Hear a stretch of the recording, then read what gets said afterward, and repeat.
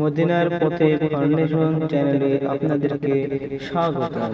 মদিনার পথে শান্তি সংঘ ফাউন্ডেশনের পক্ষ থেকে বন্যার্থদের মাঝে খাদ্য সামগ্রী এবং ত্রাণ বিতরণ কর্মসূচি পালন করা হচ্ছে।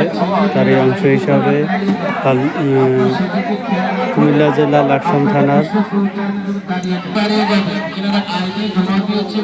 মির্জানগর হাজিপাড়া গ্রামের মাঝে খাবার বিতরণী কর্মসূচি করা হচ্ছে।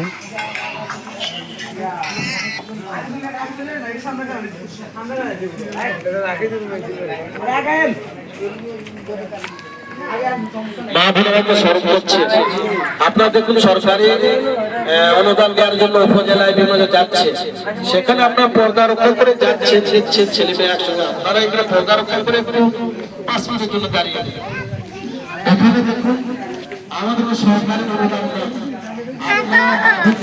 মদিনাপথে শান্তি সংঘ ফাউন্ডেশনের পক্ষ থেকে খাবার বিতরণ কর্মসূচি এবং ত্রাণ সামগ্রী দেওয়া হচ্ছে।